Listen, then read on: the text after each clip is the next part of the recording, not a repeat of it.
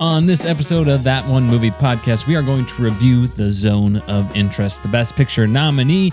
We will start off spoiler-free, and then we will dive into spoilers. We will warn you before we do so. If you want to jump straight to that review, use the time codes down in the description. But first, we're going to talk about some of the stories from this week in the world of entertainment. Holden, what are some of the things we're going to discuss this week? Yeah, so we're going to talk about the trailers for the Borderlands and Wicked movies. I'll also talk about a new Spike Lee joint that is being made. Classic. As well as yet another Game of Thrones spinoff that's in the works. So, yeah, lots to look forward to. As always, use the time codes down in the description to jump to any of those stories that you are interested in, or stick around for the whole show and enjoy the ride. I'm Jimmy Youthy. I'm Holden Sutter. And it's time for TOMP. TOMP.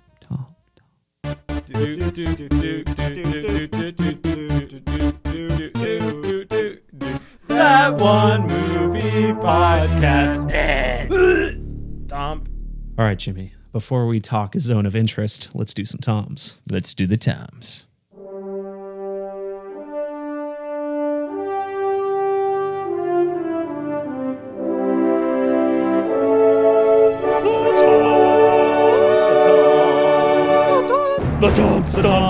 The toms. Toms is the rapid fire segment in which we rate the news of the week in the world of entertainment on a scale of three famous Toms: Brokaw, Bombadil, and Bergeron. Brokaw is the highest, Bombadil's the lowest, Bergeron is somewhere in between. I'm adding stuff to it. Hold on. I'm making it even more interactive for the visual audience, YouTube audience. Check it out if you're audio only. I stumbled a little bit, but that's okay. It's been a while since I've done that, so you was distracted by the new things I was doing. Yeah, you're doing a bunch of new things over there. Rolling curveballs, changing speeds.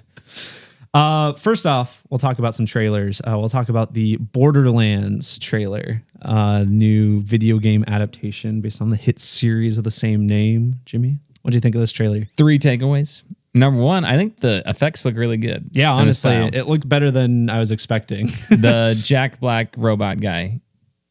Claptrap. Claptrap looks great. Mm-hmm. Number 2, a lot of Suicide Squad 2016. What year did that come out? Vibes, yeah. That maybe it was just the colorful text. Mm-hmm. Number 3, what is Kate Blanchett doing in this movie? Yeah, so that's the thing is it has a lot of like good actors in it, I think, and I think some of them we haven't like seen yet. I remember being impressed by the cast list. Yeah, the best of which is Kevin Hart. Of course, yeah, Kevin Hart. No, but the thing that seems to be kind of, even though there's these good actors in it, a lot of people seem to think they don't really fit the characters that they're portraying. I don't know much about, especially this is based off of Borderlands 1. I've only played some of Borderlands 2, so I don't know these characters very well. But yeah, what is Kate Blanchett doing here? I don't know. Very bizarre. Yeah, prefaces. I've never played Borderlands, but yeah, we got Jack Black voicing Claptrap. We've got Kate Blanchett with orange hair. Yeah. Jamie Lee Curtis, Kevin Hart, and what's the girl? She's in Barbie. She's also young Ahsoka and young Gamora. Wow.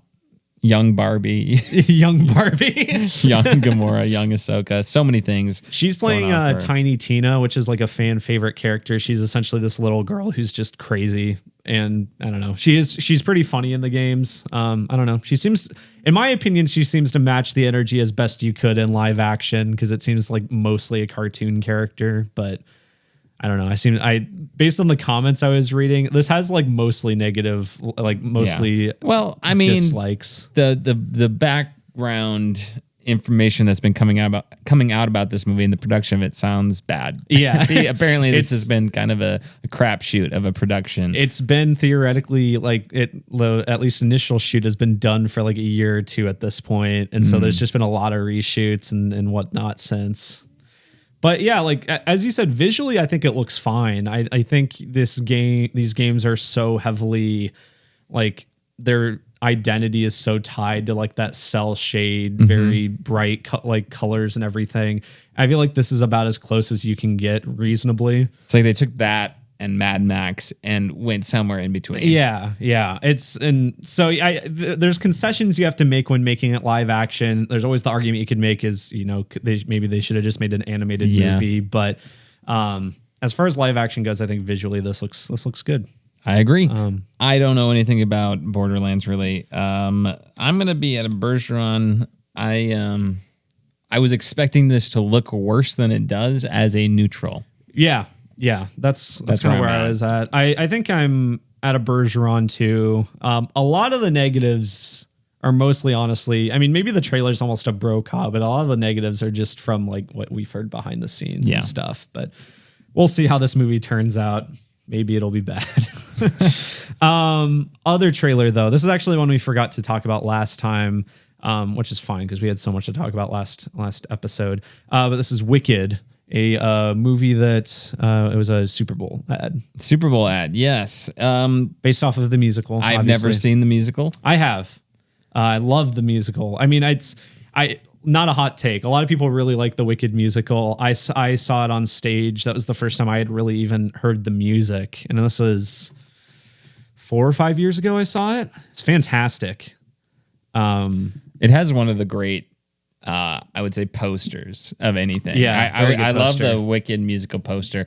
One thing I didn't realize from the trailer, which is probably a good thing for the trailer, is that this movie's a part 1. Yeah, that's important to note going in. So obviously it's a musical, so it's got 2 acts or whatever, so cleanly split there. But the finale of this is going to be like the big song that everyone knows from this, which is Defying Gravity. I'm super wicked. Yeah. No, Defying Gravity is like the big number from this, and it's kind of the closer for the first act. Mm-hmm. So I assume that's where they're going to end it.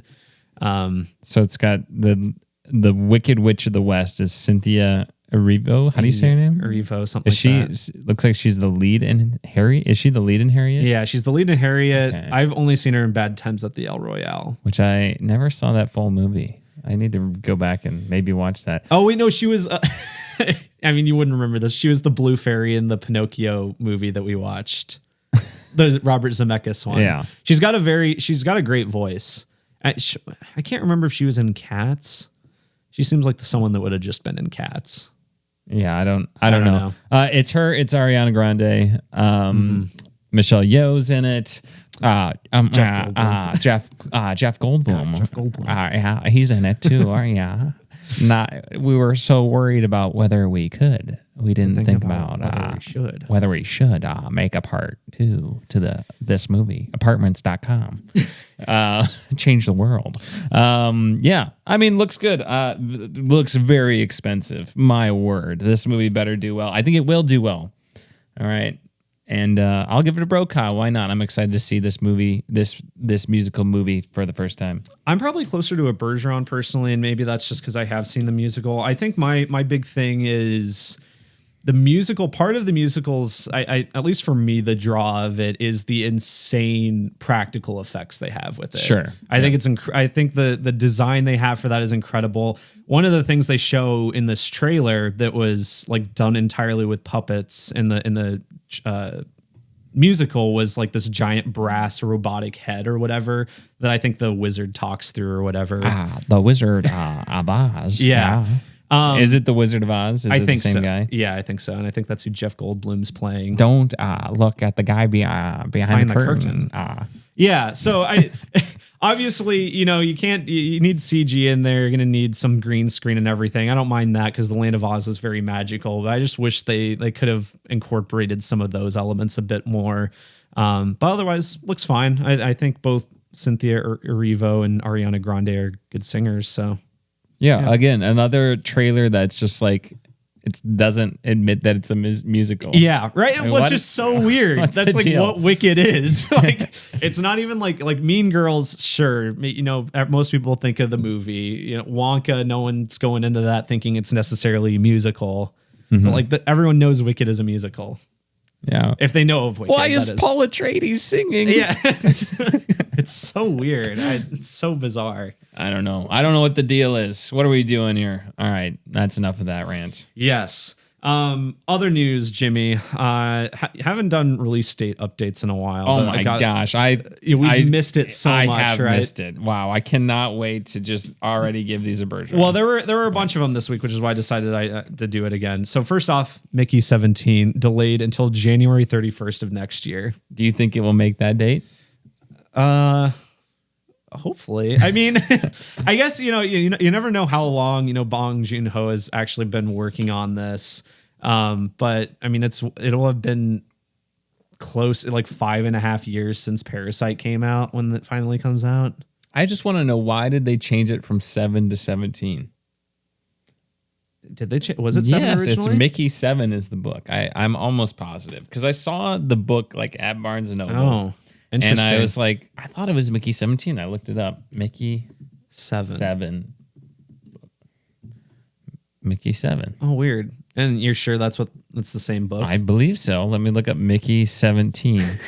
Movie is la da da. Oh, yeah. It's coming up with this. What is? Let's see. Just on Wikipedia, it's got to be Mickey like, 7. or making a film movie. adaptation. There you go. Yeah, why did they change it? Why would you do that? Maybe it was like they thought it was Mickey 17, and then they just ran with it when they like started filming it. When asked about the adaptation, Ashton, who I'm guessing is the author, responded that Bong is, quote, going to change a lot about the book. But he said he's not nervous and described Bong as a genius. Very good filmmaker. Genius. So yeah, cool. Interesting. Sure. Cool. All right. Other ones though, Jordan Peele's Untitled next movie is delayed into 2025. That makes sense because we didn't know anything about it, and it was like December of this year. Boys season 4 is premiering in June 13th. I figured I'd just slot that in here. Oh yeah, there we go. Awesome, little summer goodness. Yeah, and apparently House of the Dragon is confirmed for Q2 of this year at some point too. So my gosh. So we might just have to do both at the same time. We're going to be back in what year was that? Was that last year? We were doing last summer, I think. We were just doing like Ahsoka 2-3 shows. Loki was at the end there. What was before Gen V? We had Gen V. We had Gen V and Loki ran a lot together. But I thought we also had House of the Dragon, like Better Call Saul. Well, that was previous year. Yeah, was that 2 years ago? I'm thinking there was a year that it was just nonstop. Yeah, just a gauntlet of shows coming out. There was Andor after that, and then I think soon after that almost there was all Last of them very Us. good. Yeah, and it was just like, and now there's been like a dearth. Is that the right word? Dearth of shows? A dearth? I wanted to say drought. A drought, but I want to see if this is a word. Dearth? I always think a dearth is like a lot of a scarcity or lack of something. Oh, really? Holden. Ha ha. Why did I think dearth was the opposite of that? I don't know. Dearth. Yeah, there has been a dearth of shows recently that we've been watching. But then the last one I'm going to mention is that the Ballerina movie has been delayed a whole year to June 7th, 2025. Apparently, Ballerina movie dances to the top of the box office. Shut up. Ian McShane apparently in an interview said that Chad Stahelski had come in and helped out in some regard to improve it. Apparently, the delay is going to include new action scenes being shot. Nice. So that's good. Yeah, I mean, if Chad Stahelski puts his word in, maybe that'll help out. More neon lights and colors. Yes. More just unreasonably large nightclubs. Yes. With people being indifferent. Yeah, I'll give Bergeron to the whole thing. Boys Brokaw, but the rest Bergeron. Well, yeah, and House of Dragon Q2. Yeah. That's coming up. Yeah, we're almost done with one quarter. I know.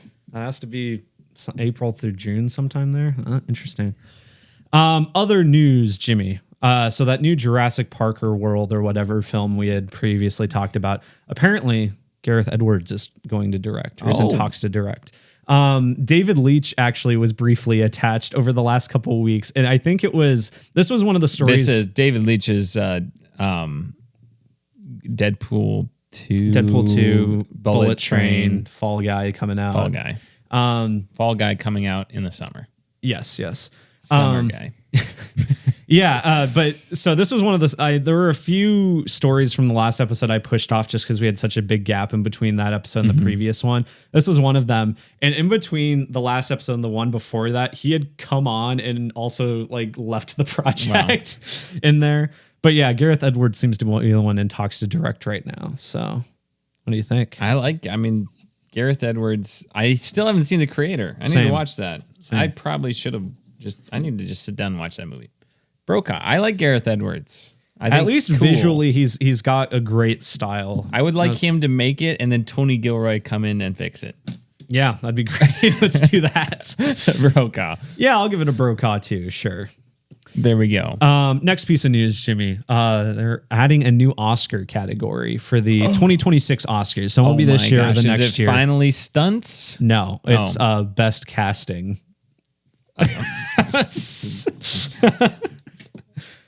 Well, I was gonna say Bombadil, but I'll go Bergeron.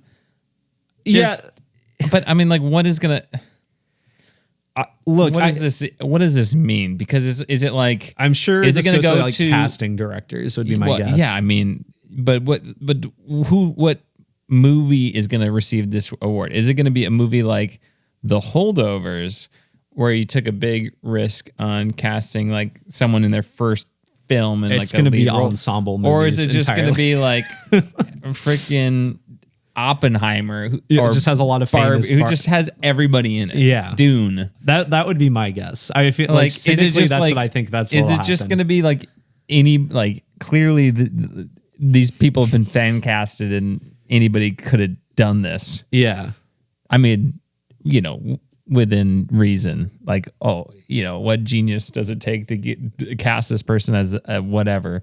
Yeah, you know, I don't know. Cynically, that's what I think would happen. It's just going to be the ensemble movies with a ton of famous people. You could get that's, you know, Amsterdam.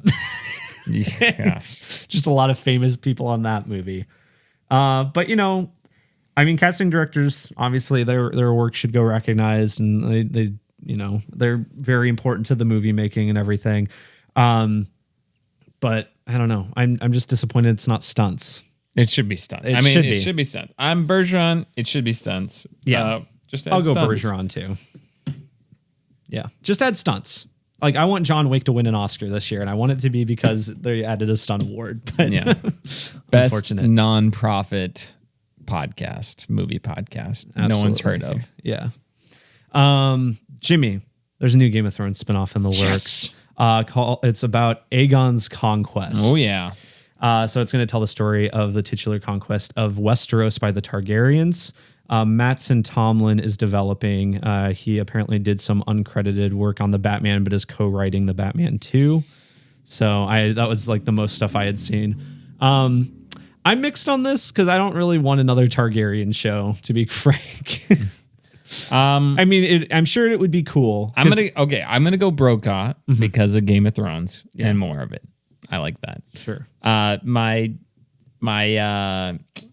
kind of, I don't know. I'm not as excited as this as I am like House of the Dragon or the Knight of the Seven Kingdoms, Game of Thrones, and Knight of the Seven Kingdoms, the Hedge Knight. Hedge Knight. Because why did they call it Duncan Egg? I don't know. Because Aegon just comes and obliterates everybody. I don't know if they're, from what I've heard from people, it's like I don't know what the story of that is. It's more of like a history lesson. Maybe like one season of it, and then it's a mini series sort of thing. I'd be down for a mini series kind of thing. Yeah, I don't know if there's where the conflict and plot is of this guy just coming over and just obliterating everything, unless you tied it back into maybe if you traced the Targaryen roots, because from my understanding is that the Targaryens are actually like a very like a relatively low house of, what is it, Valyria, where all the dragon people were. Yeah. So if it's kind of a story that traces back the whole Targaryen roots to that and how they went from the bottom came from the bottom, went all the way to the top of the kind of the social hierarchy, and the decision to leave Valyria to go to Westeros, I think would be interesting. And I think that would be a cool story if they kind of tied this lineage and used Aegon's conquest as the culmination of the Targaryen dynasty. Yeah. There we go. That could be cool. I feel like there's other like points of view or other places that might be more interesting for Game of Thrones to go for spinoffs. You know, if it is a miniseries, I could be down for that. Like post-series Jon Snow. Yeah. I forgot that's maybe happening or whatever. Yeah, I don't know. I'm just excited for House of the Dragon. We'll see about this. I'm sure, you know, if HBO is putting a lot of money behind it, hopefully it has some quality to it.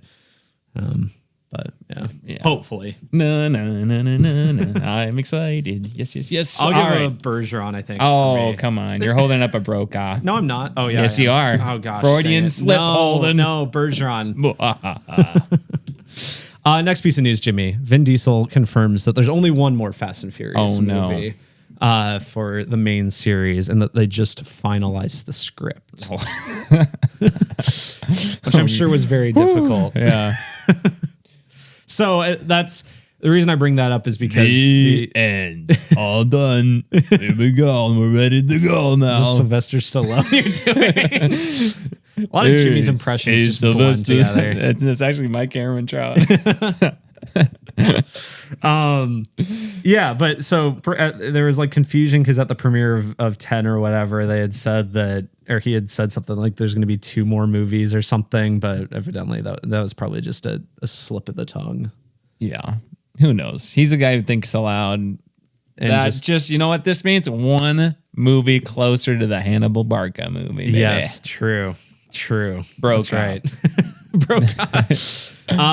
Yeah, I'll give it a Brokaw too. Yeah, sure. right. You're holding up Bergeron. Oh my gosh. You know nothing. I keep mixing it up. What is amateur hour? I'm off today, I guess. Gee whiz. Audio listeners, I got to point out all of Holden's mistakes. See, I'm off today because I was too busy thinking about our next piece of news, which is that Spike Lee's finally making another movie. Very exciting. And his movie is going to be a remake, apparently, of Akira Kurosawa's High and Low. Which is interesting. So that's very odd. So first, I've never seen High and Low. I've heard it's very good. I've seen like a scene of it. Yeah.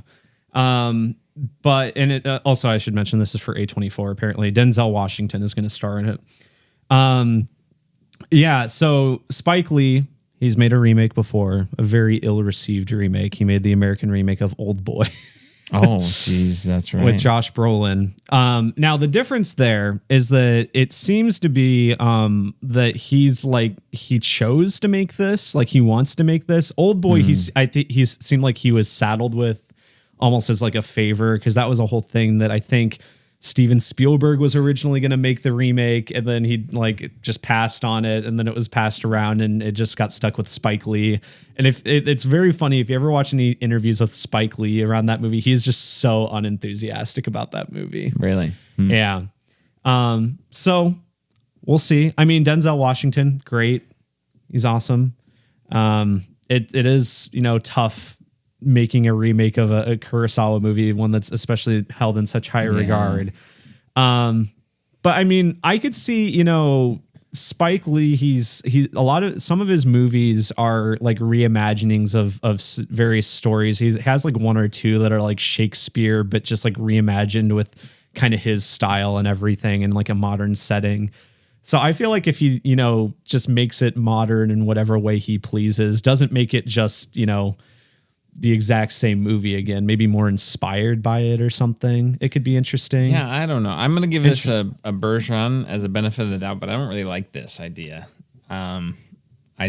People hold that original movie in such a high regard, and I really need to just watch it. So I don't know. I'd rather just see something original. Yeah. Probably. But Spike Lee, rooting for him. Hope it's good. Bergeron, and maybe it will be like a gateway for a lot of Western audiences to appreciate the Kurosawa some movies. Kurosawa goodness. Yeah. Wait a second, this is like Star Wars. Wait a second, this is like my favorite movie, Rebel Moon Part 1, Child of Fire. Yeah, Child of Ice and Fire. It took me a second to remember all that. I forgot that movie came out. Yeah, I'll give it a Brokaw just because I like Spike Lee. I think this has some potential, even though it is a well-regarded original movie. Hopefully he's more passionate about this than he was Old Boy. We'll see. And then the final piece of news, Yorgos Lanthimos. Apparently his next movie is going to be a remake of the 2003 Korean film Save the Green Planet. Synopsis of that is, it's described as a dark comedy. Its plot focuses on a young man who captures and tortures a businessman who he believes to be a part of an alien invasion. The film then devolves into a battle of wits between the young man, his girlfriend, the businessman, and a private detective. Sounds good. Never Sounds heard of this Korean movie. I haven't either. Planet. I'm sure your good old Yorgos is going to make this his own. Of the two remakes that we're talking about here, I'm more interested in this one. Yeah, I mean, it's like the original film. I mean, it might be great or whatever, but it's not like super well known. Like I've never heard of it, so I don't know. And I'm gonna go Brokaw, I guess. I feel kind of dirty doing that, because I just gave Spike Lee a Bergeron, but I mean, I kind of get it. Like Yorgos, I feel like a lot of his movies are based on books at the very least. So having a source material is something he's done before. I mean, why don't you do something original, Yorgos Lanthimos? But from what I understand, like even when it's based off of books, they turn out so quite a bit different from the source material. So wouldn't be surprised if this turns out quite a bit different from that original Korean film. I want Willem Dafoe to be the private detective. That'd be good. Just like American Psycho when he was a detective in that or whatever. I forget. He's a detective in that? Yeah, he's like the detective that's chasing out. Like you're never quite sure if he's on to Christian Bale or not. Yeah. No, I don't remember that. I don't remember him in that movie. Yeah. Huh. Anyway, that's it for Tom's this week, I believe. We do have TOMPeyes. Oh yeah, it's back. And there was actually something. So for the most part, pretty normal. I mean, we had to wait for our food for a little bit at Popeyes this week. Our food ended up quite good. We got a big old basket of fries. I got an extra tender in there. I got an extra little wing. Yeah. They gave me 3 thighs and a leg. Oh, it was good. Very good biscuits this week. So too. good. Yes, not only the grease stain from the biscuit, but there was like an extra grease tears. I don't know what you want to call it. It's like puddles, dripping. Holden placed his biscuit onto his placemat tray thing with the little paper on there, and he just as like a test of a quality, really. And when you lift it up, you can see that nice grease stain. That's silhouette. how you know it's a good Popeyes biscuit. But when there's the extra level of condensation on there from the grease, making literally droplets, that's impressive. Very, very good. Oh my gosh, the food was so good this week. Incredible. It was.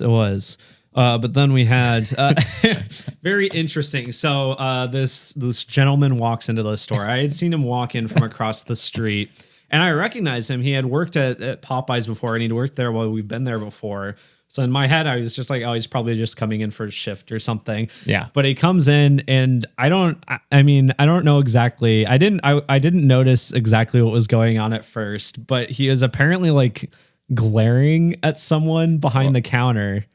So it went 0 to 60 really quickly. Yeah, it seemed like to. He seemed to be upset all of a sudden, and he was shouting at a guy like, "Don't talk to me like that," or some other employee working back there. Yeah. And then allegedly, according to the manager at the Popeyes, he starts glaring at this worker. Mm-hmm. And so the manager tells him, "Hey, quit glaring at this worker." And he's like, "I'm not glaring. I'm just looking at the menu." And she's like, "Dude, you worked here. You know the menu better than almost anyone," or whatever she says. And then there was a lot of shouting happening. I was like, "Is this gonna turn violent?" Yeah, I know. He was like, referring to, I assume, the guy he was glaring at. He's like, I'm gonna go back there and slap him or something. I don't remember. Like, kind of threatened him, and then the manager, I assume, was like, "No, get out of here. If you're gonna cause a scene, get out of here." And then he kept staying. Yeah, he resisted for a bit. Get out of here now! Like, here we are, just eating our chicken.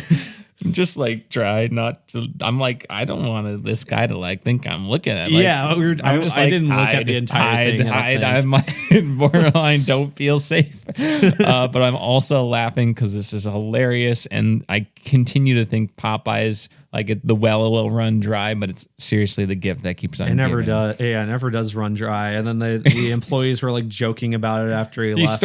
He stormed out. Kind of aimlessly just walked. We thought he went across the street, which there's another chicken place across the street. So I thought it was going to be hilarious if he raged out, went to the other chicken place. He did not, unfortunately. Oh, would have been the perfect ending of the story. But then everybody in the restaurant starts laughing, including the other customers. Oh my gosh, what just happened? Weird situation. Just another Thursday night at the Popeyes. That's what I can. It really I can tell you. God. Just always something's happening. Love Popeyes. That's why we have this segment. Oh, good old TOMPeyes. So Popeyes, wonderful entertainment, wonderful food. It really was a brokaw week this week. Great food, great entertainment. Yeah, love it. Worth the 20 minutes we had to wait for our food. Yeah. Oh, there was another lady there that was just constantly complaining about. Yeah. Oh my, this is ridiculous. She like tried to cut us in line too. Yeah. It was so weird. She's like, I don't know, bizarre. Are you in line? Yes. Yeah, we're just continues to like stands in front of us. Yeah. Or to the side. I was like, what? Like, just get behind us in line. So weird. It's like she tried to cut in front of us after she asked us if we were in line. Yeah. I don't know. Whatever. Some people. Oh my gosh. I'm like, you cannot come to Popeyes and then complain about how long it's taking. Yeah. That's just, it's a roulette, really. You never know. And I appreciate how like the next guy was like, man, you guys are just slammed tonight, huh? And they're like, yeah, we're really busy, all that, Mm-hmm. He gets it. He gets Popeyes at 6 p.m. or whatever it was on a Saturday or Friday night. Oh yeah, it was Friday this week. Yeah, it was. Yeah, usually it's a Thursday, but since we went and saw Zone of Interest at a different movie theater, we had to go on Friday. But there we go. That is TOMPeyes this week, which means it is time for our review of the Zone of Interest. We are going to start off spoiler free. So if you have not seen the movie, you're wondering if you should go, you want to hear our spoiler free thoughts on it, you are in the right place. We'll warn you before we dive into spoilers, but our spoiler free review is going to start right after this.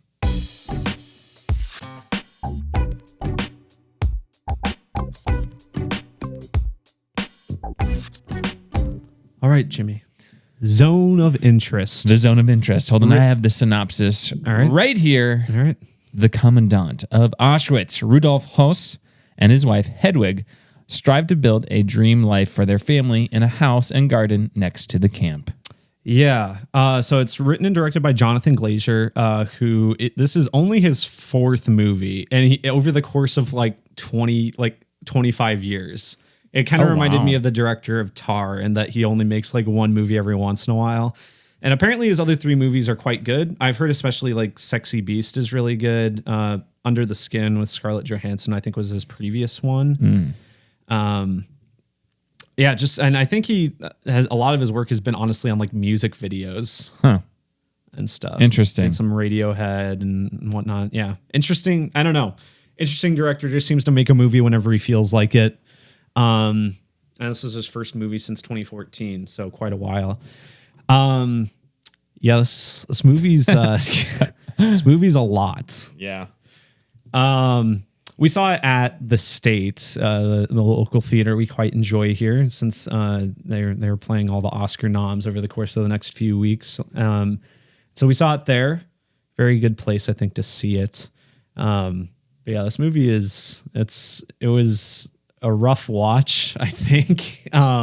It's very good. Very powerful. Very good. Very powerful. It's one of those that you probably should see this once in your lifetime. Yeah. Yeah. It's a very interesting experience. I think it's a movie that if you have the ability, you should see it. PG-13? Yeah. Wow. I mean, if you think about it, really a lot, and we'll talk about it more in a bit, but a lot of the disturbing stuff is almost what's unsaid in this, and just what you know of this situation. This is going to be shown in high school history classes. Yeah, especially if it's PG-13. Yeah, incredible. But yeah, I think if you have the ability to see this in a theater, and whatnot, you should. I think this is a movie that is absolutely enhanced by just a fantastic sound system and big old screen and everything. It's a very immersive movie, I'd say. Incredibly immersive. I don't think there's really been a movie that's kind of sucked me in like this movie before in quite a while. There's not really a plot at all. It is complete opposite of Hollywoodification of this story. Mm-hmm. It's just not it is the most mundane story, just and life for this one family, and it is, and that's what makes it so good and so effective. And despite not having a plot, it is so, like you said, just immensely engrossing and takes you to this place, into this mindset of these people at this time, and just horrifies you by the reactions and the perspectives of the people at this time. Just bone-chillingly disturbing, all at this kind of very just superficial level. I mean, just like it's not super. It's like just at the core of this. I don't know how to describe it, but it's like it's not anything that's like shock value. No, there's nothing in this like, oh my gosh, that shows them going into the gas chain. Like there's nothing like that in this movie. Everything is just out of sight, but it is completely in mind. It's like out of sight, but driven into the back of your subconscious always, especially in the sound design of this movie. Oh my gosh. Which is just haunting. It's so ambiguous as to what you're hearing in terms of like the general background sounds half the time. Sometimes it sounds like people screaming. It could be people in the concentration camps. It could be the wind. It could be a lot of different things. It's so ambiguous. And you never see the inside of the camp either at all. But yeah, the sounds, I mean, and some of the other, the more noticeable stuff in the sounds is that there's like a baby in this that is just constantly crying, just adding to the kind of, I don't know if tension is the right word, but just uncomfortable, I guess, sound design. There's a dog that's just like barking and annoying in the way all the time. That kind of just adds to the noise and everything. The sound design is incredible. I mean, I assume this was nominated for best sound at the Oscars. I mean, this would be my choice. Like, this is like should win. Yeah. Let's see. I'll look it up while you continue to share your thoughts. And kind of going alongside that with the sound, the cinematography is great too. It's up for best sound. Okay, cool. Not best cinematography though. One of the interesting things about this movie that I didn't really notice until about halfway through is like there's almost no camera movements in this. It's just like all static shots of everything. A lot of wide shots too. But yeah, there's very little camera movement. I'm even struggling to think of when there was some. I guess like once. And it's like very flat. It's not like your Steven Spielberg sweeping wonders through environments. No, it's just one shot and it just stays there, just a static shot. And then it'll switch to a different angle or whatever. Not even like very interesting angles. No. Like it is a gorgeous movie, I think, in its own right, but it's not like it's a really nice simple balance. Yeah, it's beautiful. It's in its simplicity, but it's also, I think, careful because it doesn't want to like, make these people's lives like gorgeous or good in really any way, I guess. Well, I think that's just like adding to the point of like, I'm going to compare this. This movie is so similar in at least setting to The Boy in the Striped Pajamas, which have you ever seen? No, I've never seen it. It's this movie. A lot of people really like The Boy in the Striped Pajamas. I have not seen it in a long time. It has been at least 10 years since I've seen that movie. But in retrospect, this movie just blows that movie out of the water for a lot of the things that we're talking about now. That movie is just the Hollywoodification of this. Okay, it's the story of the family of like, okay, here's like one of the people working in the concentration camp. It's the guy who plays Professor Lupin in Harry Potter is like the guy, and it's his family. Really? It's like, oh yeah, the girl has like a Hitler poster in her room and stuff. And that movie is all about just shock value and trauma and just the make you intentionally sad. It's very sad, but it's very like predictable what is going to happen. It's like, oh, the boy meets the other kid on the other side of the fence who's in the concentration camp and they become friends. It's like, okay, like there's probably a place for that story, but in my opinion, this movie just shows that you can strip all of that just like those storytelling little devices, strip all of those away, take all of the cinematic stuff out of it, and you have something that's just is even more powerful and haunting. Like this content doesn't need any of those bells and whistles. No. And I think by stripping all those things out and removing all the shock value from things and just being so mundane and lacking of any sort of plot, that is what makes this movie so impactful. Well, that it doesn't need these huge storytelling bangs that the boy in the striped pajamas supplies. Well, and I haven't seen it, so I don't know if this applies to it, but I feel like a movie from like that's told technically from this perspective runs the risk of, like, if you have those storytelling elements, inadvertently making these people likable in even just a little way, in some way.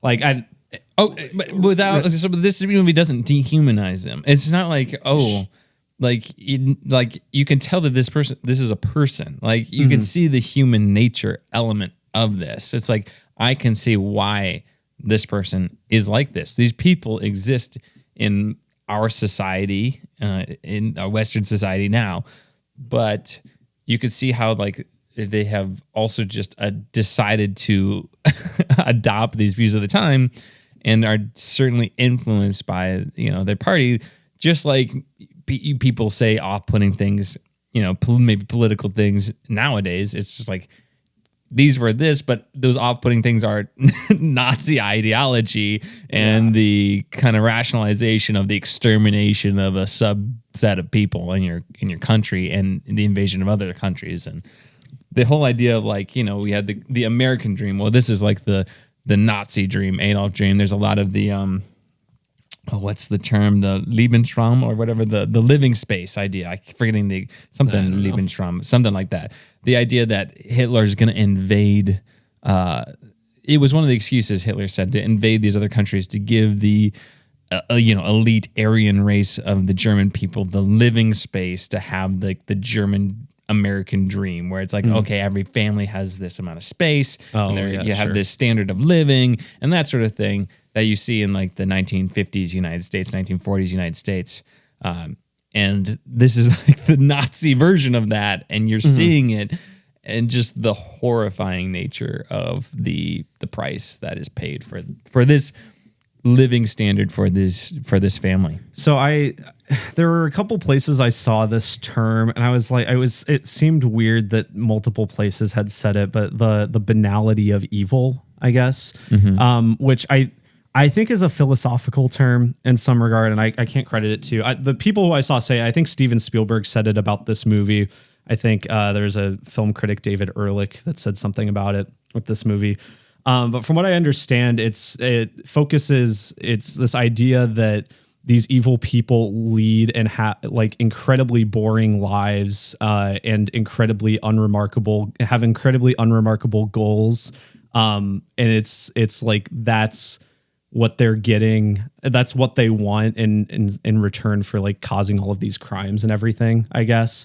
And so it's just like looking at these people doing horrible things, and all they want is just a good garden or whatever. It's just, I don't know. It's a very interesting way of looking at this movie. Well, I mean, it's just like it really makes this the way this movie is, or this story, I guess, or lack thereof, is told. The way you watch this movie, you really do get caught up in the mundane nature of it, of just the day to day. Like, this is his job. It's like, oh gosh, long day at work today. Yeah, it's like the guy comes home. It's not this.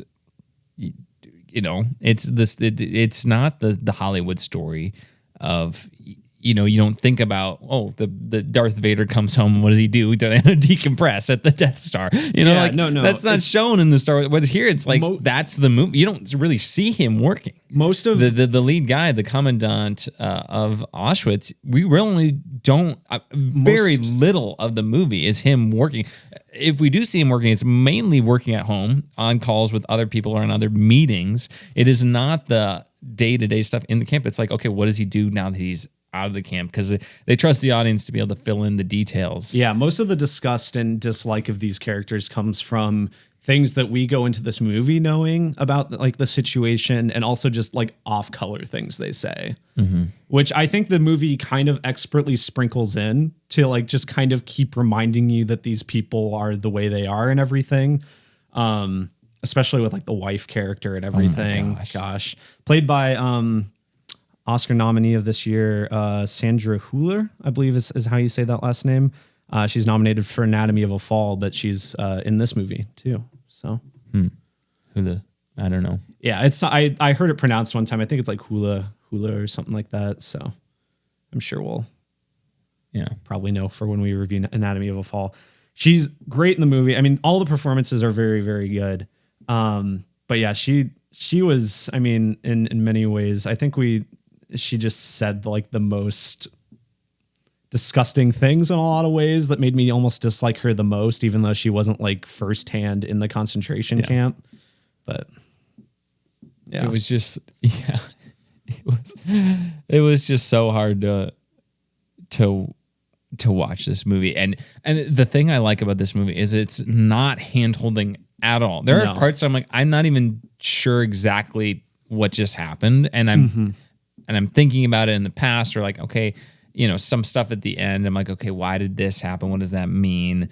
I just, it's all just very much, you are just looking through a window at these people's lives, and we're not adding any unnecessary flair to it. We're just letting you see this mindset, that this microcosm of this family, to understand the macrocosm of Nazi Germany. Relation to the Holocaust. One thing, more surface level, I guess, about this movie I really liked was, that I was surprised by, was I thought it was really well paced. Yeah. Like, which I was impressed by, because I mean, the movie, as we've described it, is mostly just scenes of these people doing things as a family, doing very mundane tasks and whatever. But when it got to the ending, I was like, this movie's already like over. Yeah. I was I don't know, impressed by that, I guess. So even though it's a slow movie, I think it doesn't necessarily feel that way. Yeah. I mean, it's a must see. It really is. I don't know how else to say it. It's just like everybody needs to watch this movie sometime in their life. And I think it's a good movie to just sit and watch by yourself. Yeah, honestly. I honestly, maybe this is not, just sit and watch this and just sit there through the credits and think about what you just saw. Yeah, for real. It's hard to think of much to say immediately following this movie. And even now, we're still mentally working through a lot of it. But the one other thing I wanted to mention before we move on to spoilers is the music and lack thereof is quite good. There's not much music, and it's mostly in like the prelude, I guess you'd call it, and at the very end too. With little bits kind of strewn in, but for the most part, most of the movie doesn't have music. But the music, when it's there, is comfortably like tone settingly, like distressing. I don't know exactly how to describe it. What other? What movie actually has similar music? Barbarian has some similar music at points. So like the bong.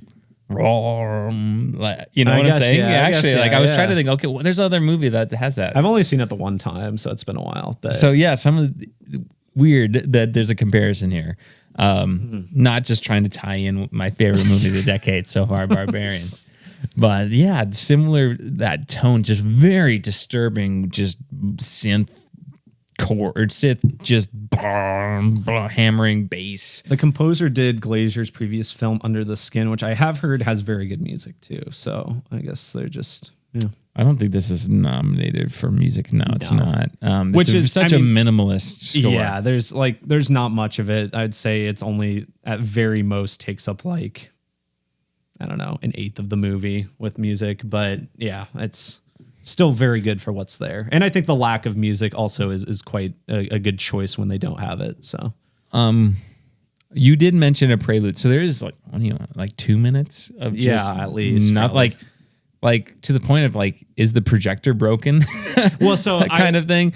I was glad I somehow, like, I don't remember if there's a tweet or something that mentioned it. I did know that there was going to be like a black screen for like a bit of time. So I was like, okay. But I was thinking that the whole time. I was like, I'm sure there are a lot of people here that think the projector's broken. It is a little, I mean, it's supposed to be off-putting. I think beyond that, I don't know if it's entirely necessary. I don't think this movie needed it. It felt like the one thing that maybe I would have that could have been 30 seconds and it's 2 minutes. I would like to hear why. I would just like to hear like what is the why behind that? Cause it was just like, you could feel the audience being like, what is happening? Like some people are just turned away from the movie, kind of closed off at that point already. I felt like it was for me, it was a uncomfortable but fitting tone setter. I think it's a good way of like, especially where the movie starts, where they're just kind of down at the lake or the river or whatever, and you don't necessarily see the concentration camp right away. I think it's a good way of just immediately getting you in this kind of like dread-filled like mentality. And so in a way that maybe if you went into this movie not entirely knowing what it was about, you'd still maybe be able to get into this mindset right away. Maybe it's like, here's this uncomfortable thing that you don't want to wrestle with, but you need to right now. Yeah. So I don't know. I would have in that. I would have liked to have known it's there. If you go out and see this movie and haven't already, know that it is at least 2 minutes. I mean, it goes on. It is long, yeah. And your projector's not broken. That's what's supposed to happen. The movie will start. There are a couple times too in this movie where like the screen is almost all white. Mm-hmm. So that's also also a thing in this. And it's mainly just at like the beginning, I want to say, but it's like, oh my gosh, my eyeballs. It's not a huge complaint. I will say the built, I assume they're like, you know, I don't know if built-in's the right word, but the subtitles with the movie, there were some times where it was like they didn't have proper shadowing with it or something, or they didn't have you couldn't read it very well because it was just like white on white, basically. So that's just a little minor grievance, not much. You could read the vast majority of it. Yeah, and you still get the meaning. It's not a big deal. It's a must-see for me, Holden. I just think that everybody needs to watch this. If you're one of the people who give this a 1-star review on something, what's wrong with you? No, what's wrong with you?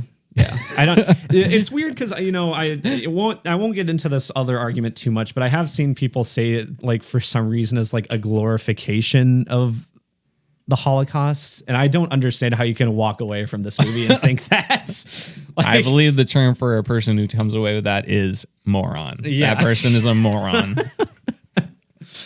It's like they read the synopsis for the movie and did not realize the irony it was going for, and they didn't even watch the movie. They just read that it's about a Nazi family. Are you telling me that people who rage about movies online don't watch the movies? Absolutely. Incredible revelation here. Yeah, that's all I got to say. What are you going to rate this one, Holden? Yeah, I mean, I think it's I don't know. It's a hard movie to rate. I mean, maybe I will give it a 10. I don't really have any issues with it. I think that won't necessarily be reflected when I get to my top 10 of the year, because I don't think I have movies that I enjoy. You don't want to put a Holocaust movie, the number one favorite I mean, I have other movies that I gave 10s, but I have other movies that I enjoyed watching a lot more that I'll probably put higher on my top 10 list. But this movie is just incredible, and I don't think there's really I can't really think of any faults with it. It's just not a movie that I'll see myself watching very often, if again.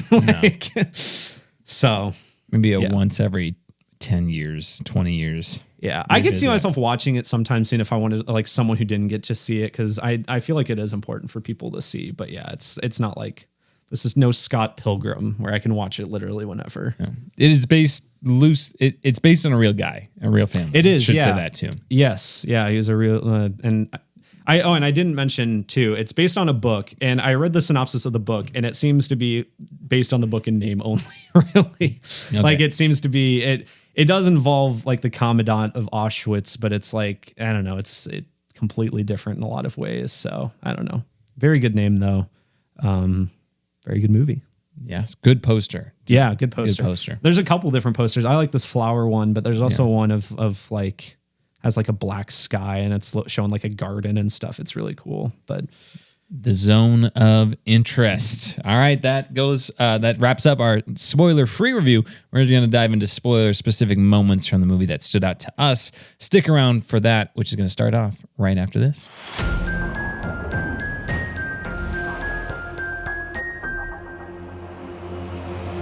All right.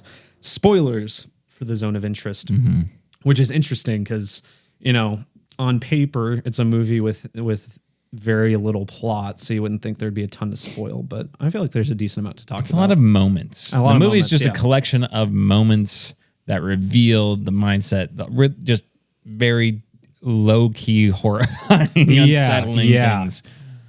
Yeah.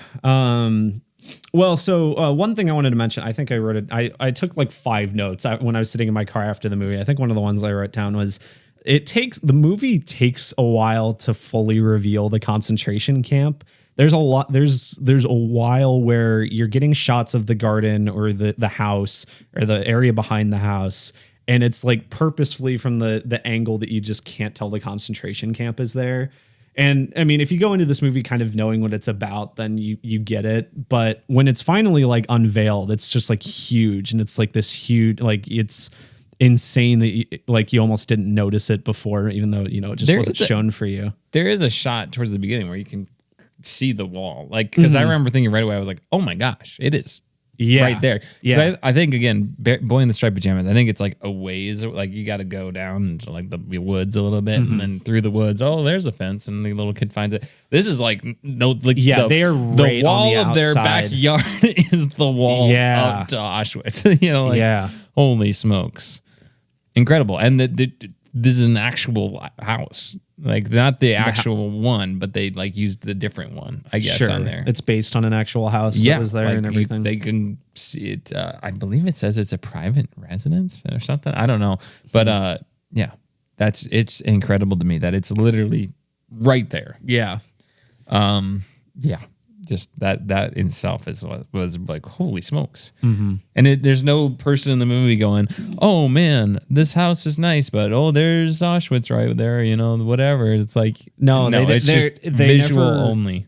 Yeah, and they never explain it. There's no character, like not even any of the kids are like distressed by just living right next to the concentration camp or anything. Like it's like if you don't talk about it, it doesn't exist. Yeah.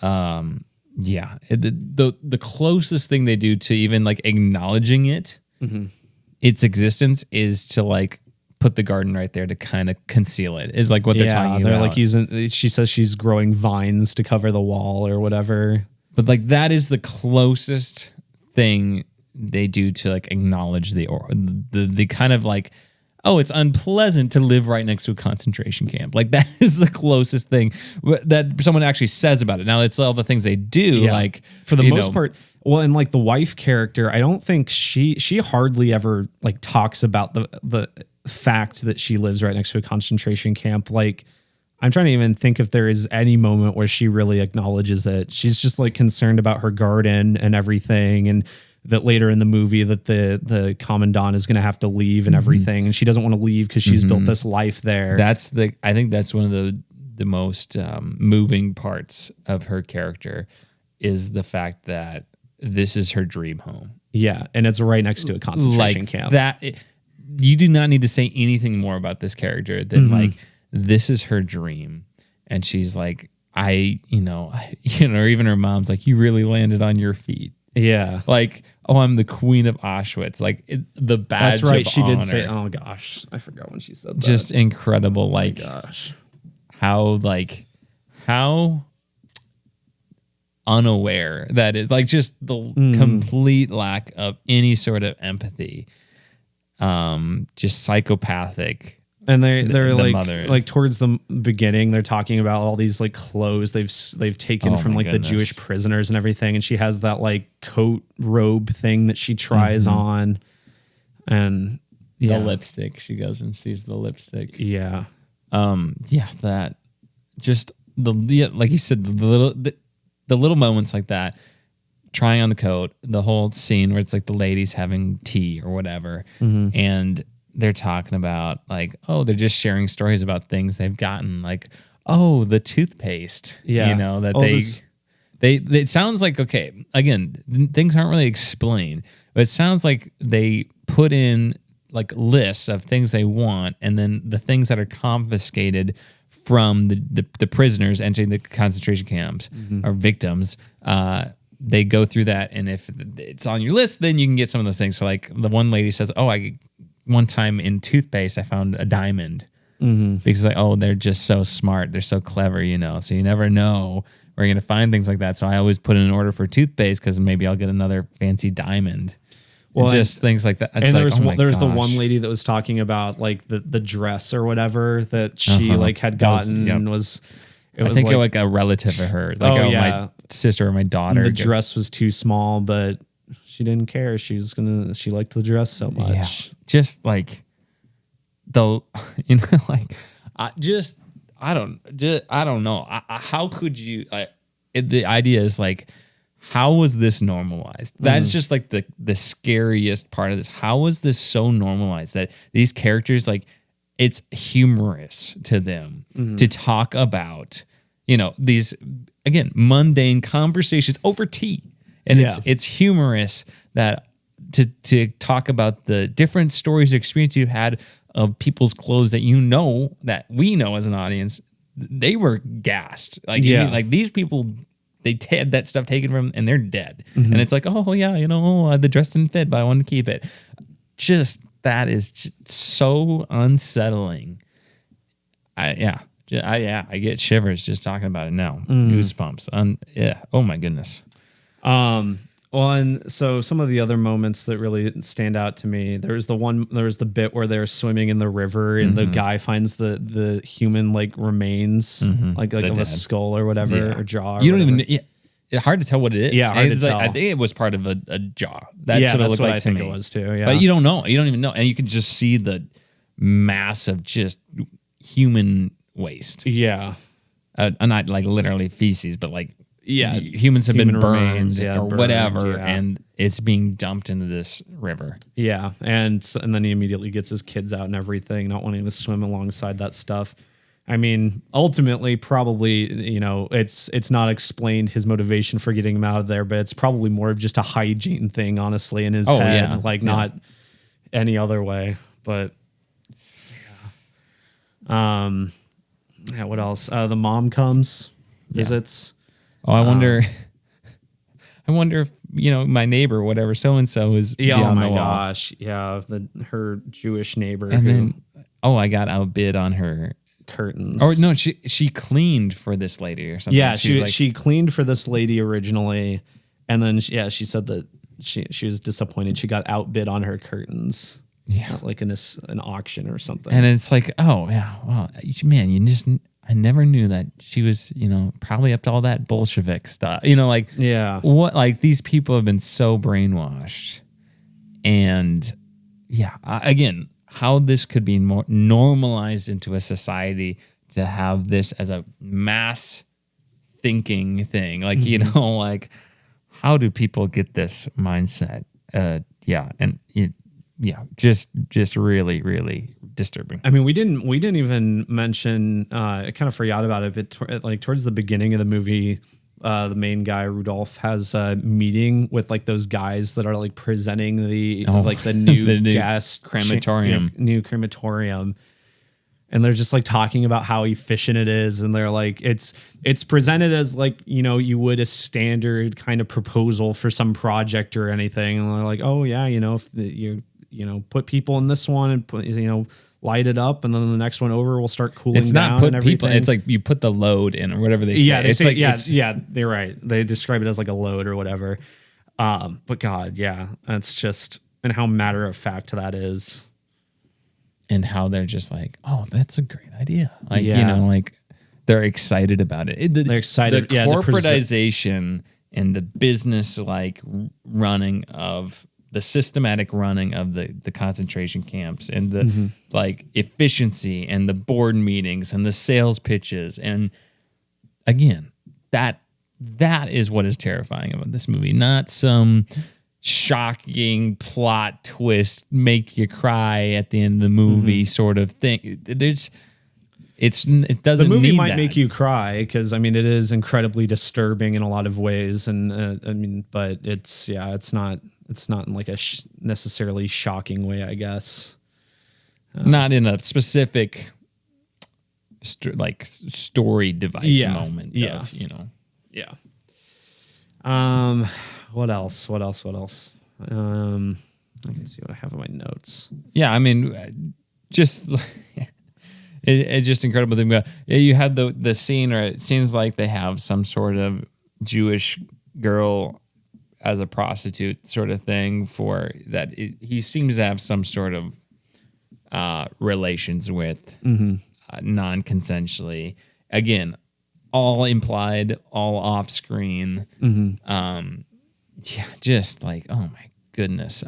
You have the scene where the wind, it's a windy night and the human ashes are like human remains and the smell is coming over, and they have to close the windows and to take down the clothes drying out on the clotheslines. And again, nothing is said about it. They just do it. Just observations you have to make. Yeah, I didn't really mention it. I mean, we kind of haven't been implying it, but it's a movie that it's rare because you'll have movies that are disturbing or powerful like this in some ways, oftentimes with a narrative, but there's usually little bits of some sort of reprieve in there. This movie just absolutely does not have that. There's just no really positivity in a lot of ways in this movie. It is a horrible nightmare, I would say. You do have the sequences that are shot negative, have the negative effect. It seems like the daughter is. I think it's one of their workers. Or is it a worker? Yeah, one of they have like who's kind of maids, kind of that are local girls, apparently not Jewish. Are you sure? I was under the impression that they were they were Jewish. So I know that there were certain Jewish women, especially who were like went and did like were like the help essentially of these different homes. Maybe. Read a book. I read a book about a girl and her experience in the Holocaust. I cannot remember the name of it, but I thought it was really interesting because it was like she had more like jobs where it's like, okay, you actually have, your standard of living is much better than in the camps, but you're still like, still seen as the second class citizen, still in the Holocaust and these different, she went through all these different things. I wonder if I could find it, but so that was my impression because you do have like the other Holocaust prisoners, victims who are like tending to the garden, stuff like that. I mean, it's possible they could have been. I remember there was a line though where it was like the mom that was like you keep Jews in your home or something like that, and then the wife was like, oh no, they're like local girls or something like that. There was some sort of line that I think clarified. I'm looking at this page here. I mean, it just says Polish servant girl. Okay, so I don't know. I do remember though that the mom also has not the grandma, but the mom has a line that's like, you mess up again and my father or my husband will have your ashes spread into the field or whatever. I just took that as that she has a temper and, is just using fear for the servants, but I don't know. Yeah. Yeah, that's a lot. Just like sitting and listening to the soccer highlights on the radio. Yeah. Just as told by Nazi Germany. Yeah. Yeah. Just crazy. I forgot about that part. So yeah, he gets relocated much to the chagrin of his wife.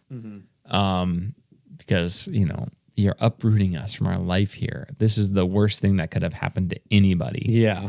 Like the irony there, just right? This is the obvious irony. I irony. can't even imagine something worse than this. Yeah. You live 20 yards from you live on the other side of the fence from Auschwitz. Jeez. Yeah, and then the whole oh, I'm doing so well at my job. They're calling it Operation Huss. And he's so proud. He's so excited. He's got to call his wife in the middle of the night. Yeah. And then one of the disturbing things is they're at the dinner party. Nice swastika ice sculpture too. Oh yeah, that's right. But he's like, I wasn't even like paying attention to all the who's who were there. I was just thinking about like logistically how I gas everybody in the room in the most efficient way possible. Yeah. Just like who is this guy? Just like just a monster, really. Like that's Well, all. it's like I've had things where I'm at somewhere and I'm thinking about something I'm interested in too. Yeah, Oh yeah, how would this happen, or blah, blah, what would happen? But like he's thinking about like, how do I kill everybody in the most efficient way possible in here? That's what. And he's I'm obsessed with. by the way, I'm going to actually go and do that. Yeah. And apparently the real Hungarian guy, cheese. that was kind of his big thing, is like figuring out Cyclone B and how like to be maximize efficiency with it at Auschwitz. Oh my gosh. Yeah. Also worst hair known to man. Obviously, there are far worse things he did, as we've talked about, but horrible hair for a horrible man. So yeah. Just that business meeting with the meeting notes and the agenda and like, oh my goodness, just how just normal everything was. It was all just so normal to everybody. Yeah, incredible. One of the interesting moments of the movie to me is the scene where the mom, the wife, almost giving her some sort of semblance of humanity, when she gives the Jewish worker a cigarette in the greenhouse. I was just like, huh. There was like, forgot about that. yeah, it's like she actually acknowledged this person for the slightest moment, but still, even then, Yeah. it's just like no words are said. This is it, and I'm not gonna think about actually all this horrible stuff that's happening. I'm like, I can do this like, nice thing for you, my slave, but I'm not gonna think about how I'm not gonna actually fully acknowledge the humanity of all the stuff that's happening right now. It's probably just a way to make her feel better about herself in a lot of ways. That's one tiny thing, almost just like I don't know. Yeah.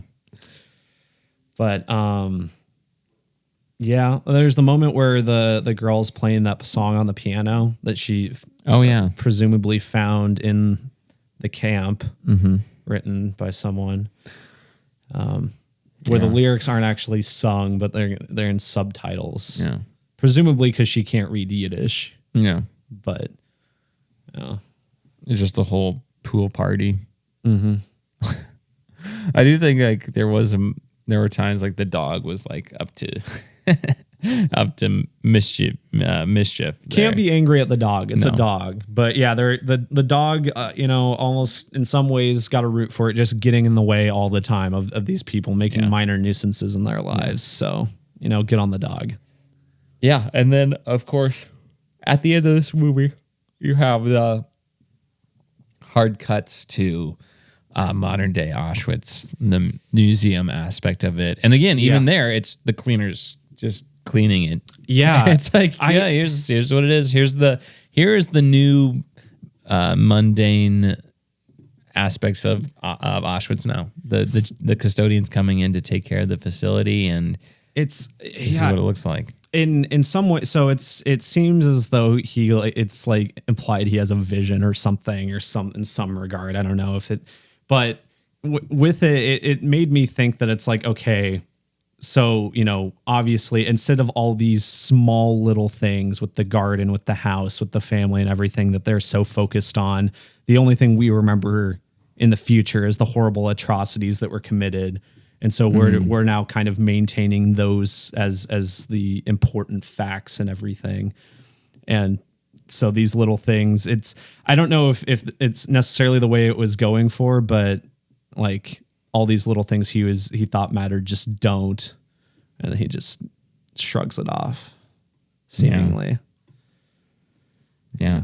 Coughs up a little disease, blood or something. I don't know. Something retches a little bit. I thought it was great. I thought the hard cut to the Auschwitz museum was fantastic. That was really good. Loved it. Yeah. Yeah. Just, oh my gosh. Yeah. And then he just keeps going, and then the movie ends. Mm-hmm. Yeah, I mean, it's just hits you like a truck. It's just what a powerful movie. What a very, very well done movie. Again, yeah, just I cannot say anything that it didn't do really, really well. Yeah, really me neither. Phone went off in the theater. Oh my gosh. God, that was. And then someone laughed about the phone. Yeah, I recognize I have a low tolerance for phones in theaters, even more so than most. But for a movie like this, especially, it was like the last 30 seconds. Mm-hmm. It was so annoying. I was so like invested in the movie, and like it just completely took me out of it. God. Yeah. Make sure your phones are off if you go see this movie. I mean, hopefully you've seen it if you're listening. That's why I'm like, maybe just stay at home and watch this one by yourself. Yeah.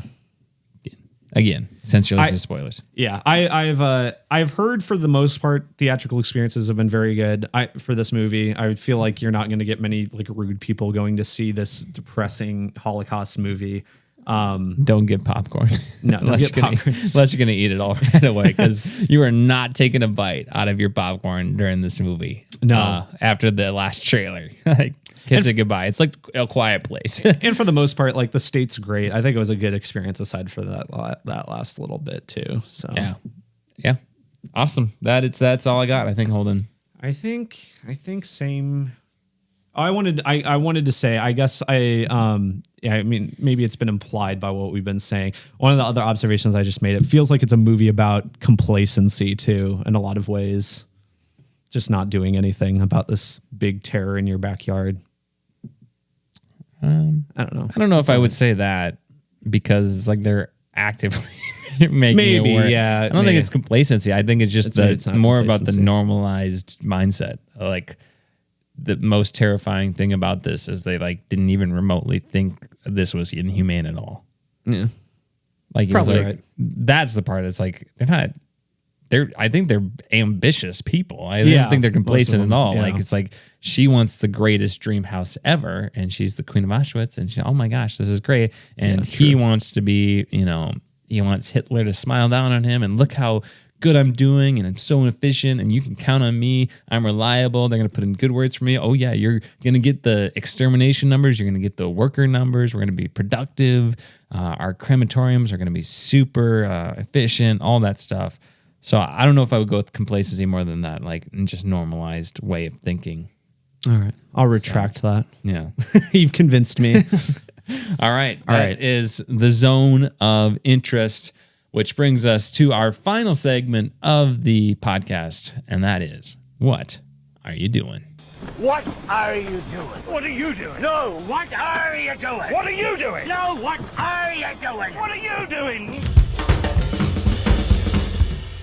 All right, Jimmy, this week, did a fantastic double feature with a zone of interest. I immediately went home and decided to watch Mr. and Mrs. Smith, starring Brad Pitt and Angelina Jolie. Oh, wow. I've never seen Mr. and Mrs. Smith, actually. I hadn't either. So what kind of prompted it was I finished The Moon Girl season 2 this week, and I was looking at what to watch. I think I'm going to watch pretty soon the anime Neon Genesis Evangelion, which is a very famous anime, very popular, well-regarded. It's only like 20-some episodes. Anyway, but I was kind of thinking before that, I was like, I've heard the Mr. and Mrs. Smith Amazon Prime series is quite good, actually. Mm-hmm. That just came out. So I was like, oh, okay, maybe I'll watch that. But then I was like, well, I haven't watched the movie. Maybe I should watch the movie to see in case they make any cheeky references to it. So I watched the movie. And the movie it is a action comedy from 2005. It's pretty average, I would say. Okay. A very good chemistry, obviously, between Brad Pitt and Angelina Jolie. But the thing that I came off that movie thinking was like, it is incredible to me that you would just have a movie make $500 million in 2005 because of celebrity gossip. Yeah, mostly because the whole that was what came about, the whole Brangelina thing back then. And it is a very, very average movie. I feel like it's like, it weirdly just kind of ends. I was like very unsatisfied by where the movie ends. Well, with the celebrity thing, think of if Travis Kelce and Taylor Swift were in a movie. Oh yeah, right now. Absolutely. Easy 500. Yeah. But 800. Yeah. Easy. A lot of money. Yeah. I mean, there's still some of that today to some extent, but I think it was definitely a much bigger factor back then. Can't wait for Taylor Swift to be in the MCU. Yeah. Well, there was a rumor she was going to be in Deadpool 3 as Dazzler, which is like it's a pop star superhero, like X-Men character. I don't know if that was ever confirmed or denied or not, but anyway, so then I watched the first episode of the Amazon Prime Mr. and Mrs. Smith series with Donald Glover and Maya Erskine, I believe is the woman. I love Donald Glover. I think he's great. I love Atlanta and everything. And so far it seems pretty good. It's got a good sense of humor, very good action, looks great. Great lead performances. So I'm enjoying it so far. But other than that, just mostly waiting on Final Fantasy, which comes out on Thursday. But kind of in between, I've been playing a short game that was on my backlog called Bloodstained Ritual of the Night. Bloodstained Ritual of the Night. It's a cool name. It's basically it's a game made by the former Castlevania creator after he left Konami, and it's just a Castlevania game basically. Okay. Ritual of the Night, N-I-G-H-T or K-N-I-G-H-T? N-I-G-H-T. Okay. Yeah. It's pretty good. It's an indie game. I'd say like visually kind of unimpressive, but I think it was like a Kickstarter game or whatever, so crowdfunded. But gameplay wise, a lot of fun. Really like it. It's got some interesting mechanics to it. But I think I'm close to done with that. Like I said, it's not very long. So, all right. What about you, Jimmy? What have you done?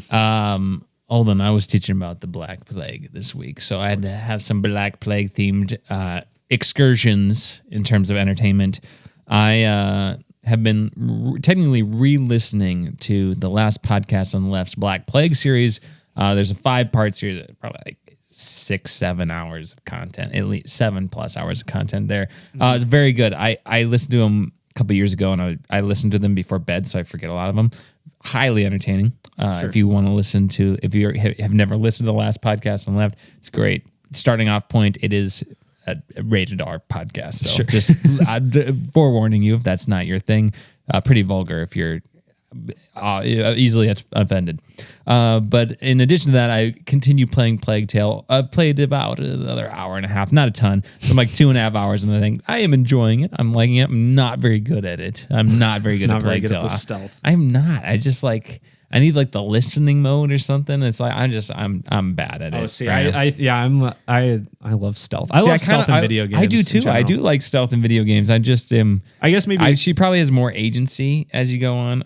I'm just bad at when they have like no agency. I'm good at like sneaking and taking the guy out, but if it's like I'm helpless. Yeah. You know, like Mary Jane Spider-Man 1, I want to be Mary Jane Spider-Man 2, you know what I'm saying? I think there's a lot more of that later on. I think especially much more compared to the first game. So yeah. But yeah, no, I'm enjoying that. I also watched a movie called The Black Death from 2010. This movie, I don't know, it's almost like a straight to DVD movie. I believe it came out on demand before it came out to theaters. It didn't even grow. It has like a $250,000 box office. Okay. Or something crazy like very this. Very limited release. It stars Sean Bean. Okay. Pre Game of Thrones. But post Lord of the Rings. It stars Eddie Redmayne. Okay. And it also stars, oh gosh, I forget her name. The lady who plays the Red Woman, Melisandre, in Game of Thrones as well. Those are the 3 leads. Interesting. So like pretty well-known actors. It has a 71 on Metacritic, which is solid. It's kind of like, it has like 66 reviews on Rotten Tomatoes. It's like 76% or something. It is interesting. It is definitely a movie from 2010. It's got a lot of like the shaky cam desaturated stuff. Yeah. It is pretty interesting though. I've never seen The Wicker Man, but there's some kind of comparisons to The Wicker Man that I've seen online.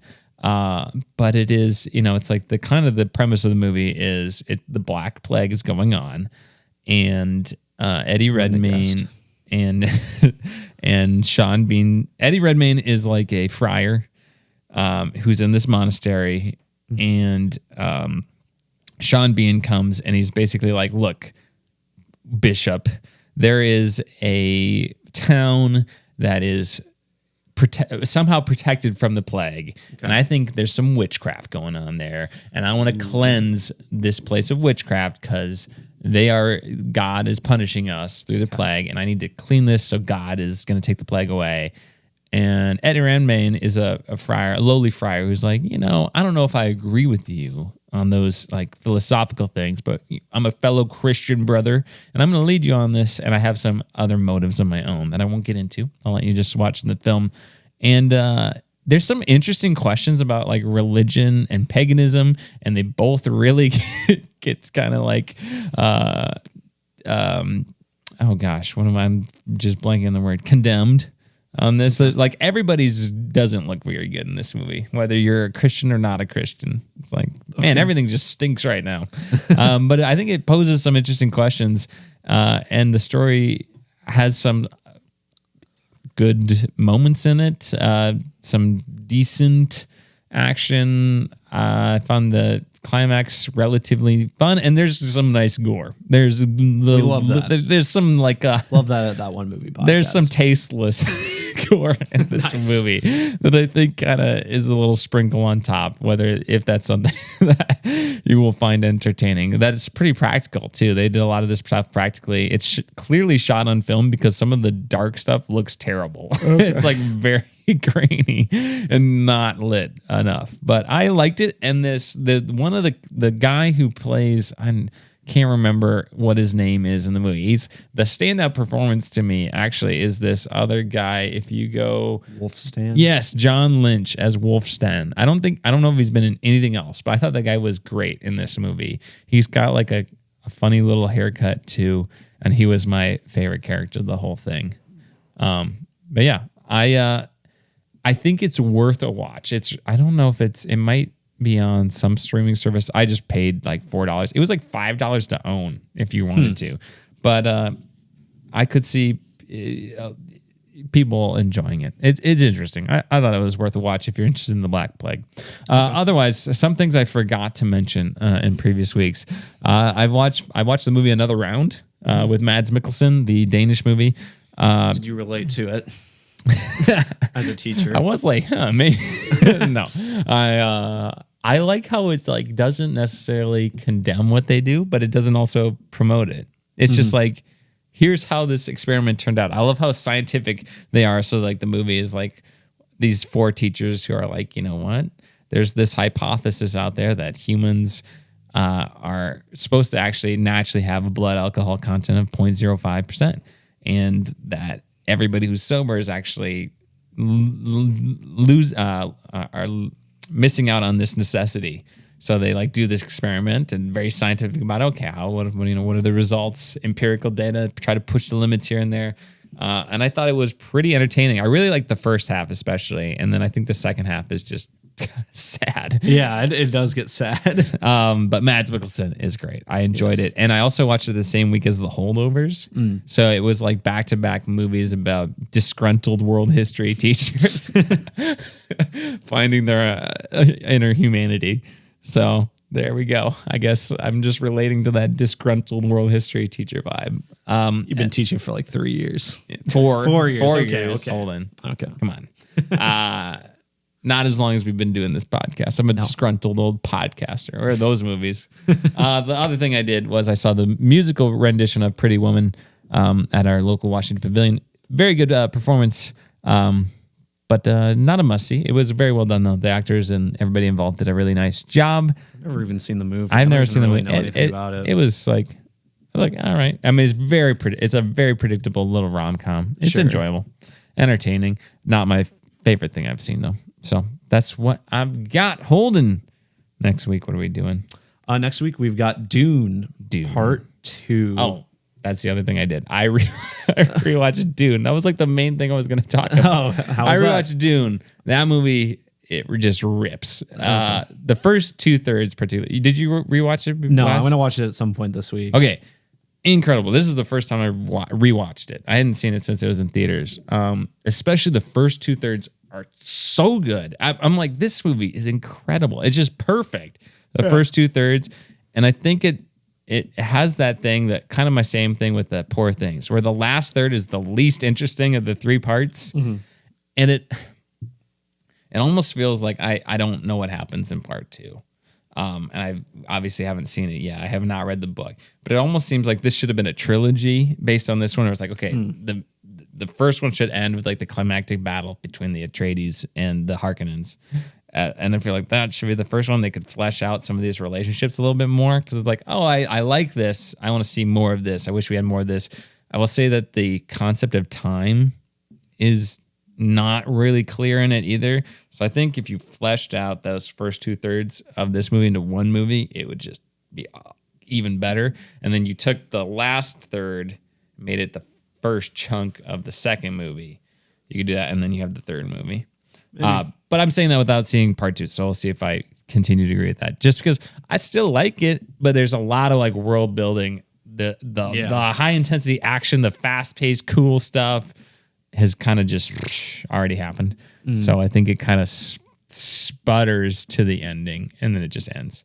So I'll be interested to see what you have to say about it. That would be my guess. Is it's just because it's a 3-act book, and we're getting 1.5 acts in that movie. Yeah, so. that's why I'm like, and I do think you could have fleshed out those first 2/3 and made it even more cohesive. But man, it's so good. Yeah. It is so good. I loved it this time through, and I'm really excited for Dune Part 2 next week. Oh my gosh, no, I'm getting hyped. We'll also do American Fiction. Oh yeah, that's American playing Fiction at the state, so we'll also be seeing that. So 2 movies next week. Very excited for that.